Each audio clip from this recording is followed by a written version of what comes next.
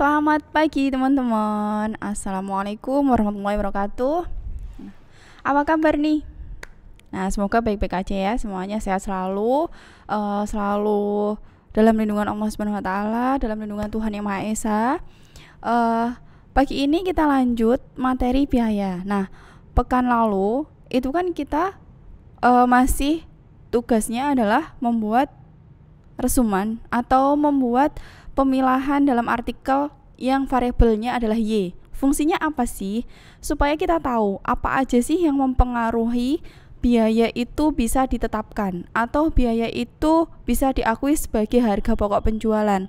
Jadi kalau kita dalam penelitian itu kan biasanya kita penelitian kuantitatif cari teori dulu. Misalnya kita mau penelitian tentang biaya, kita akan cari atau referensi terdahulu, teori-teori terdahulu terkait biaya itu apa aja, pengertian biaya, yang mempengaruhi biaya itu keuntungannya apa, manfaatnya apa, harus diketahui. Nah itu kan teman-teman harus cari tahu referensinya dulu, harus cari tahu dulu, baru nanti kalau misalnya ada masalah di suatu tempat tentang biaya, misalnya UMKM susah untuk menentukan harga pokok penjualannya seperti apa, atau UMKM ini menentukan harga jualnya itu berdasarkan pasar itu seperti apa, misalnya kayak gitu ya. Nah itu berarti kita perlu kasih kayak misalnya penelitian. Sebenarnya UMKM kenapa sih kok nggak bisa menentukan harga pokok penjualannya?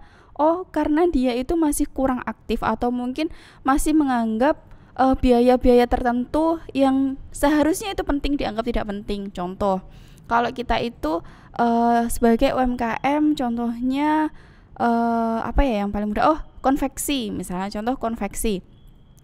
Nah, kita itu jahit sendiri, terus kita cari bahan bakunya semuanya sendiri. Nah, yang kita hitung harga pokoknya atau biayanya itu cuman bahan baku aja, bahan baku yang kelihatan, atau bahan baku tentang kain, terus benang, atau mungkin alat ukurnya, atau mungkin alat-alat lainnya, atau mungkin bahan baku lainnya. Tapi kita lupa bahwa kita itu seharusnya menghitung tenaga kerja, ada biaya tenaga kerja. Karena kita melakukan sendiri, maka biaya tenaga kerja itu nggak dihitung. Nah, sebenarnya itu masalah. Supaya bagaimana caranya supaya UMKM itu menghitung biaya itu, biaya tenaga kerja itu masuk dalam penentuan harga jual. Seharusnya seperti itu. Nah, tapi kebanyakan UMKM itu kan yang ya udahlah itu kan tak kerjain sendiri mbak, ya gajiku ya berarti keuntunganku. Nah terus gimana bu keuntungannya, atau bagaimana bu labanya? Nah kayak gitu.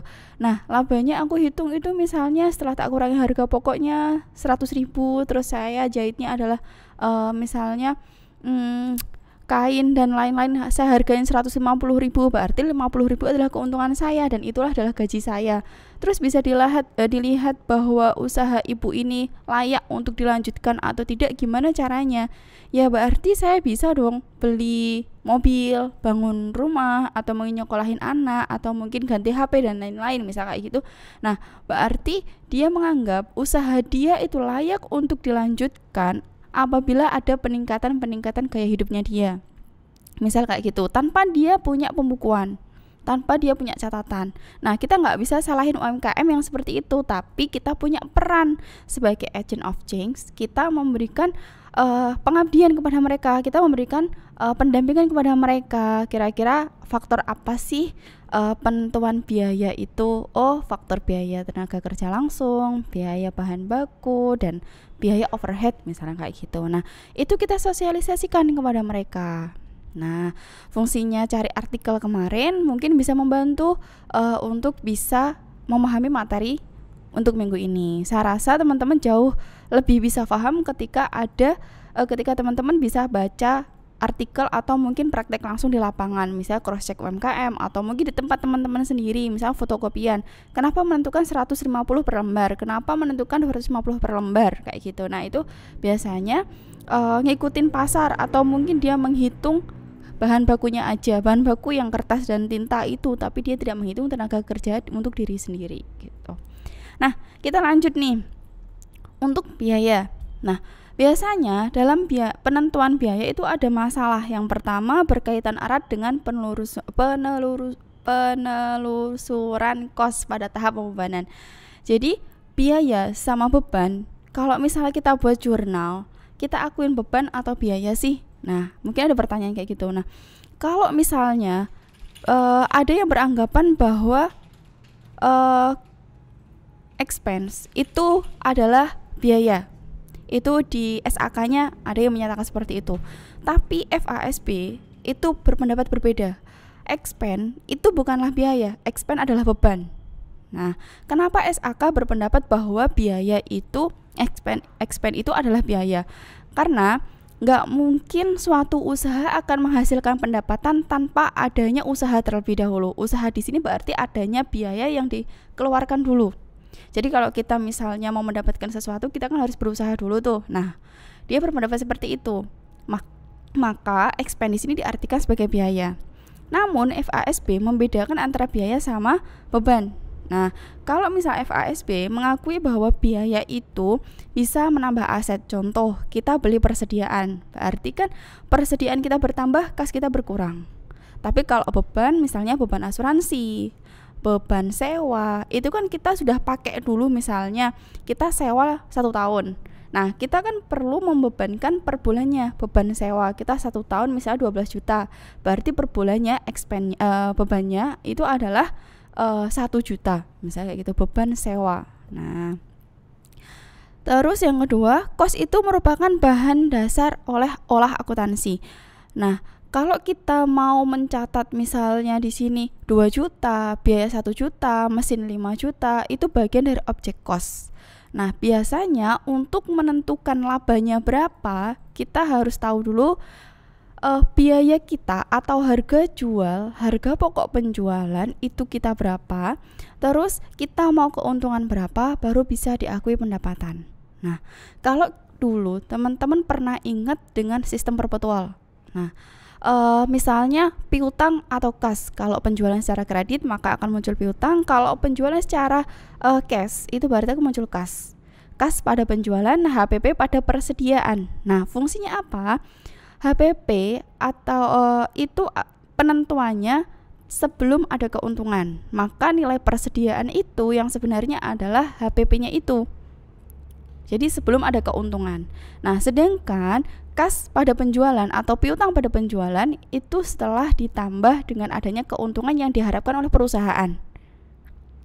Nah, di sini perusahaan itu harus tepat. Mau laba berapa? Menentukan laba itu harus tepat. Jangan sampai kalau tadi saya harga bahan pokoknya itu 100 ribu. Saya harga jualnya 150 ribu. Ya udah keuntungannya 50 ribu. Tapi lupa untuk menghitung tenaga kerja. Nah, tenaga kerja saya nggak punya karyawan. Apakah diri sendiri itu bukan bagian dari tenaga karyawan? Kalau kita mengerjakan jahit, kita mengerjakan kerjaan apa gitu yang bisa menjual. Nah, misalnya menghasilkan pendapatan, itu harus dihitung. Jadi teman-teman nanti kalau misalnya kalau saya hitung itu Bu, berarti nanti keuntungan saya sedikit, atau mungkin saya kalau keuntungannya 50 ribu, saya hitung jasa saya 20 ribu, berarti harga jualnya 170 Bu, dan itu kemahalan. Nah, kalau memang mau mengikuti harga pasar, misalnya 150 nih harga rata-ratanya untuk kain yang model seperti untuk baju model seperti ini, berarti keuntungannya yang didapatkan teman-teman itu jauh lebih kecil. Intinya jangan melupakan biaya. Gitu. Fungsinya apa sih? Keuntungan itu nantinya akan menentukan kira-kira mau di-save atau mau diolah kembali keuntungannya. Nah, yang selanjutnya, ada beberapa arti dari biaya itu. Aliran keluar atau penurunan aset. Otomatis kalau misalnya kita membayar untuk memperoleh persediaan atau memperoleh peralatan, otomatis kita akan mengeluarkan aset atau mengeluarkan uang. Termasuk kita ketika piutang itu kita belum bayar, tapi kalau kita membayar otomatis akan mengurangi aset kita. Terus adanya kenaikan kewajiban, terus adanya untuk penghasilan pendapatan, untuk menghasilkan pendapatan seperti teori yang sebelumnya atau mungkin pemikiran sebelumnya di materi minggu-minggu sebelumnya, bahwa untuk menghasilkan pendapatan itu tentunya ada usaha. Nah, usaha di sini adalah mengeluarkan biaya, misalnya kayak gitu. Terus di sini ada biaya, ada kerugian. Nah, sebenarnya Kalau ada rugi tentunya ada keuntungan kan, ada untung yang diperoleh atau rugi yang akan diperoleh. Nah, seperti contoh UMKM tadi, kita menentukan harga jual 150.000, tapi kita capek banget, yang ngukur kita sendiri, yang motong kita sendiri, harus satu-satu. Seandainya kalau digaji 50.000 pun orang itu gak akan mau untuk mengerjakan pekerjaan itu. Nah, harusnya berapa? Harusnya 70.000. Berarti kan harusnya harga jualnya adalah 170.000. Berarti kan di situ muncul kerugian seharusnya, tapi tetap diakui sebagai keuntungan 50.000 karena dia tidak menghitung tenaga kerja dia sendiri. Nah, pengakuan biaya. Pencatatan jumlah rupiah biaya secara formal ke dalam sistem pembukuan sehingga jumlah tersebut terefleksi dalam laporan keuangan atau statement keuangan. Nah, otomatis tadi sudah disampaikan pada slide sebelumnya bahwa biaya itu sebagai dasar untuk akuntansi, untuk mencatat berapa besar biaya dalam akuntansi. Akuntansi di sini adalah laporan keuangan.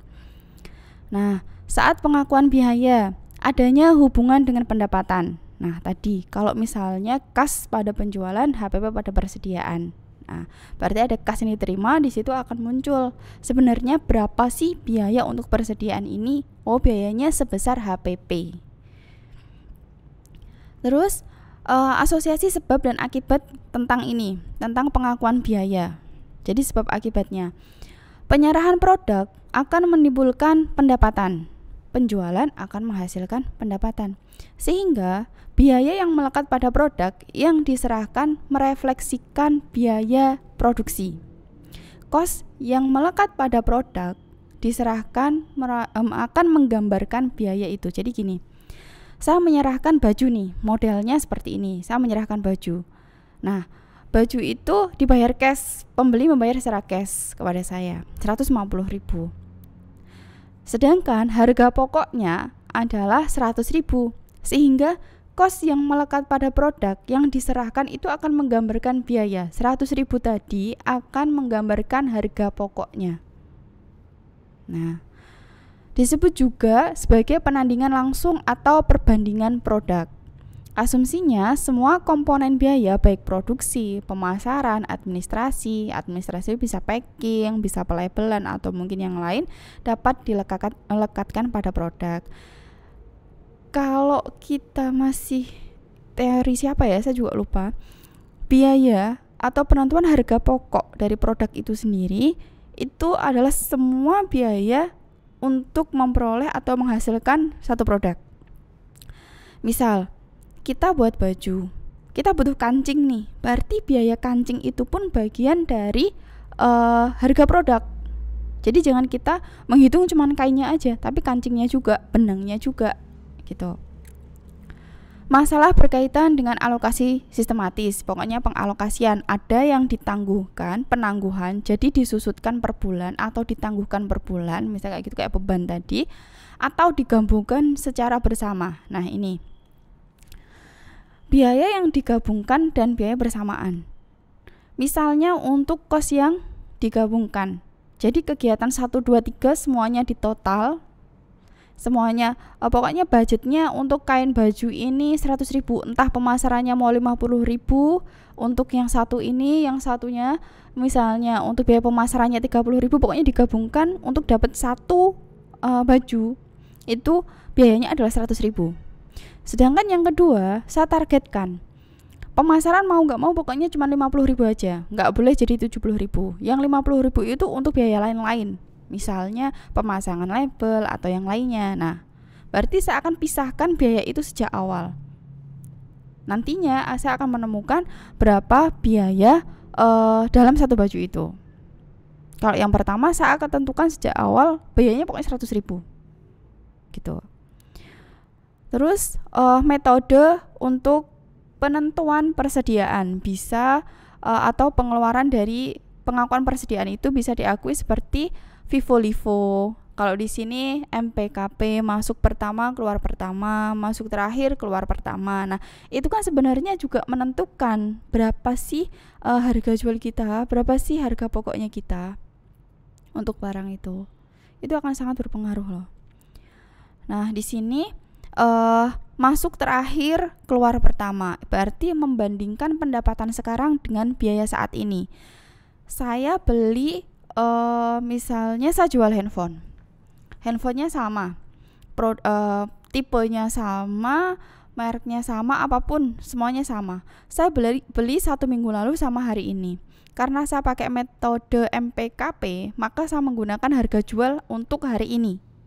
Ya kan? Kalau misalnya ada pembeli, saya menentukan harga jualnya itu seperti saya dapatkan hari ini. Nah, berarti pendapatannya akan menggambarkan harga atau harga pokok penjualan untuk hari ini. Paham maksudnya? Saya beli handphone 1 minggu yang lalu sama yang hari ini. Kalau 1 minggu lalu harganya 1 juta, kalau sekarang 1.100.000 misalnya kayak gitu. Nah, saya jual dengan metode MTKP atau LIFO. Saya jual. Nah, karena saya menggunakan metode MTKP atau LIFO, berarti saya menggunakan harganya 1.100.000 walaupun saya keluarkan adalah HP 1 minggu yang lalu. Ya kan? Nah, berarti harga pokok penjualan menggambarkan pendapatan untuk hari ini. Harga pokok penjualan menggambarkan persediaan hari ini. Paham ya? Jadi kalau misalnya pendapatannya tadi tidak saya ngambil keuntungan misalnya, berarti pendapatan itu menggambarkan harga pokok penjualan hari ini. Kalau misalnya saya tambah dengan keuntungan, maka harga pokoknya ini menggambarkan persediaan hari ini. Nilainya harga persediaanku loh 1.100.000 sesuai dengan harga jual hari ini. Harga beliku hari ini saya tentukan sebagai harga jual. Misalnya kayak gitu. Yang selanjutnya penyusutan. Contohnya kita bayar sewa. Kita bayar sewa 1 tahun 12 juta. Terus kan kita nggak mungkin kita nggak bisa mengakui itu sebagai biaya. Karena apa? Dia tidak menambah aset kita. Ya kan? Dia itu bukan bagian dari aset kita. Paham maksudnya di sini? Nah, di sini sebentar. Nah, misalnya sewa tadi ya. Sewa tanah yang nomor 2. Tanah bukan hak milik permanen, dapat didepresiasi. Misalnya kita sewa tanah. Kita sewa tanah 1 tahun 12 juta. Maka akan muncul beban sewa tanah. Berarti kan tanah tadi yang bukan milik kita, yang kita sewa itu dapat kita depresiasikan. Tapi kalau tanah itu milik kita sendiri atau sebagai tempat usaha dan hak milik permanen, fungsi tanah bersifat permanen sehingga tidak dapat didepresiasi. Karena teorinya tanah itu misalnya selalu mengalami peningkatan. Beda lagi kalau misalnya tanah tersebut habis kena bencana atau mungkin apa gitu ya. Jadi harganya bisa turun. Atau mungkin ini ya, ibu kota mau pindah ke Kalimantan nih. Jadi harga tanah di Jakarta bisa jadi turun. Nah, itu faktor X. Tapi tanah itu asumsinya dia tidak mengalami penurunan gitu. Nah, sampai di sini untuk akuntansi tanah itu diatur dalam PSAK 47. Untuk materi biaya, saya rasa cukup sampai di sini, termasuk dalam nanti penentuan biaya untuk aset berwujud dan tidak berwujud. Misalnya tidak berwujud itu kayak goodwill, merek, kayak gitu ya, hak paten. Nah, itu kan bisa disusutkan juga. Nah, teman-teman, semoga materi kita minggu ini tentang biaya bisa memberikan sedikit ilmu atau pengetahuan. Kalau misalnya ada pertanyaan dan lainnya, kita sharing atau diskusi di grup kita. Oke, sampai ketemu lagi di lain waktu. Selamat siang, mohon maaf sekali atas segala kekurangan dan kesalahan saya. Wassalamualaikum warahmatullahi wabarakatuh.